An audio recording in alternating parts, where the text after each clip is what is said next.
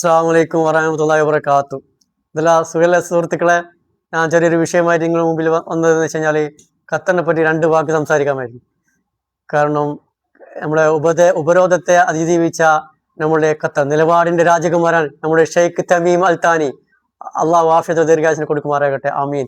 അദ്ദേഹത്തിന്റെ ഒറ്റ ഉറച്ച നിലപാടുകൾ കൊണ്ട് നമ്മുടെ ഈ രാജ്യത്തെ ഉപരോധത്തിൽ നിന്ന് സംരക്ഷിച്ച് എല്ലാ സഹോദര രാജ്യങ്ങളായ നമ്മുടെ ഗൾഫ് രാഷ്ട്രങ്ങൾ ഈ ഖത്തറിനെ നടുവെല്ലാ തരത്തിലും വീർപ്പ് മുട്ടിച്ചപ്പോൾ ഉപരോധത്തെ എല്ലാ നിലയിലും സ്നേഹത്തോടെ പുഞ്ചിരിയോടെ ഒരു ശത്രുതാ മനോഭാവത്തോടെ അല്ലാതെ പുഞ്ചിരിച്ചുകൊണ്ട് നേരിട്ട് സ്വന്തമായി കാർഷിക വിളവെടുപ്പ് നടത്തി പാല് പോലെ ഇവിടെ ഉൽപ്പാദിപ്പിച്ച് നമുക്ക് വേണ്ട എല്ലാ ഭക്ഷ്യവസ്തുക്കളും ആവശ്യ വസ്തുക്കളും കൂടെ നമ്മൾക്ക് എല്ലാവർക്കും കൂടെ കിട്ടുന്ന രീതിയിലെല്ലാം നമുക്ക് നേടിത്തന്ന നമ്മുടെ ഷെയ്ഖ് തമീം അൽ താനി, അദ്ദേഹത്തെ കുറിച്ച് രണ്ട് വാക്ക് പറയാൻ ഞാൻ ആഗ്രഹിക്കുകയാണ് ഇൻഷാ അല്ലാഹ്.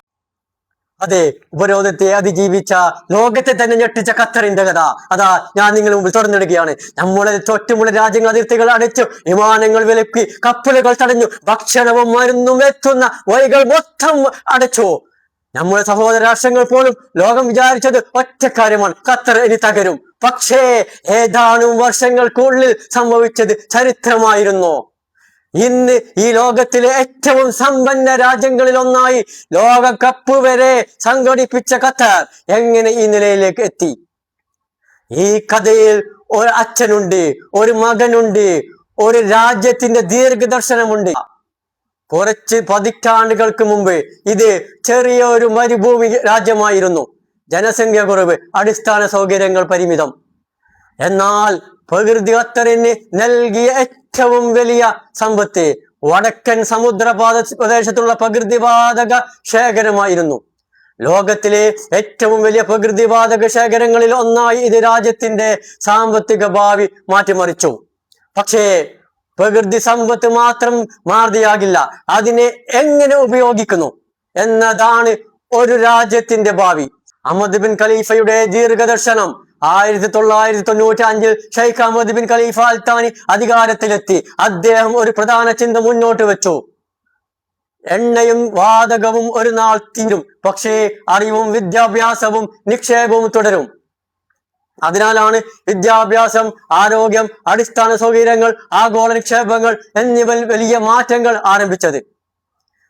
ദോഹയിലെ വിദ്യാഭ്യാസ കേന്ദ്രങ്ങൾ, ആധുനിക വിമാനത്താവളം, തുറമുഖം, ലോകോത്തര റോഡുകൾ, മെട്രോ, അന്താരാഷ്ട്ര നിക്ഷേപങ്ങൾ ഇതെല്ലാം ദീർഘകാല പദ്ധതികളുടെ ഭാഗമായിരുന്നു. ലോകം പിന്നീട് കണ്ട ഖത്തറിന്റെ വളർച്ചയുടെ അടിത്തറ ഈ കാലഘട്ടത്തിലാണ് പാകപ്പെട്ടത്. ഏറ്റവും വലിയ പരീക്ഷണവും 2013 ഷെയ്ഖ് തമീം അൽ താനി ഭരണ ചുമതല ഏറ്റെടുത്തു. അധികം വൈകാതെ 2017 ഖത്തർ തന്റെ ചരിത്രത്തിലെ ഏറ്റവും വലിയ വെല്ലുവിളി നേരിട്ടു. Saudi Arabia, UAE, Bahrain, Egypt എന്നീ സഹോദര രാജ്യങ്ങൾ ഖത്തറുമായുള്ള നേതൃബന്ധം വിച്ഛേദിക്കുകയും വിവിധ ഉപരോധ നടപടികൾ സ്വീകരിക്കുകയും ചെയ്തു. അതിർത്തി അടഞ്ഞു, വിമാന സർവീസുകൾ നിയന്ത്രിക്കപ്പെട്ടു, വ്യാപാര മാർഗങ്ങൾ തടസ്സപ്പെട്ടു. പലരും കരുതിയത് ഖത്തർ സാമ്പത്തികമായി വലിയ തിരിച്ചടി നേരിടുമെന്ന്. പുതിയ കടൽ മാർഗം അമൽ തുറമുഖത്തിന്റെ പ്രാധാന്യം വർദ്ധിച്ചു. പ്രകൃതിവാതക കയറ്റുമതി തുടർന്നു. പുതിയ വ്യാപാര പങ്കാളികളെ കണ്ടെത്തി. ഇത് ഒരു പ്രതിസന്ധി നേരിടൽ മാത്രമായിരുന്നില്ല, കൂടുതൽ സ്വയം പര്യാപ്തതയിലേക്കുള്ള നീക്കമായിരുന്നു. ലോകത്തോടുള്ള സന്ദേശം. 2002 ഫിഫ ലോകകപ്പ് ഒരു ഫുട്ബോൾ ടൂർണമെന്റ് മാത്രമായിരുന്നില്ല. ചെറിയൊരു രാജ്യം ആഗോളതലത്തിൽ വലിയ പദ്ധതികൾ നടപ്പാക്കാൻ കഴിയുമെന്ന് ഖത്തർ ലോകത്തിന് മുന്നിൽ തെളിയിക്കാൻ ശ്രമിച്ച ഒരു വേദിയായിരുന്നു. മെട്രോ സ്റ്റേഡിയങ്ങൾ, റോഡുകൾ, വിമാനങ്ങൾ, വിനോദസഞ്ചാര സൗകര്യങ്ങൾ വർഷങ്ങളായുള്ള നിക്ഷേപങ്ങളുടെ ഫലമാണ്.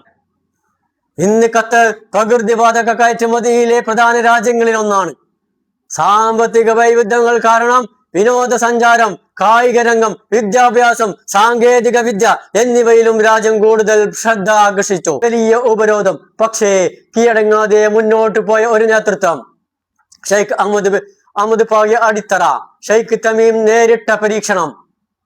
ഇതാണ് ഇന്നത്തെ ഖത്തറിന്റെ കഥ. കൂടുതൽ പറഞ്ഞ് വിഷയം ദീർഘിപ്പിക്കുന്നില്ല, നിങ്ങളെ ബോറടിപ്പിക്കാൻ ഉദ്ദേശിക്കുന്നില്ല. ഈ വീഡിയോ ഇഷ്ടപ്പെട്ട നിങ്ങൾ കമന്റ് രേഖപ്പെടുത്തുക. ഇനി നല്ലൊരു സുപ്രധാനമായ വിഷയങ്ങളുമായി ഞാൻ ഇനിയും വരും ഇൻഷാ അള്ളാഹ്. എല്ലാവർക്കും അസ്സലാമു അലൈക്കും വറഹ്മത്തുള്ളാഹി വബറകാതുഹു.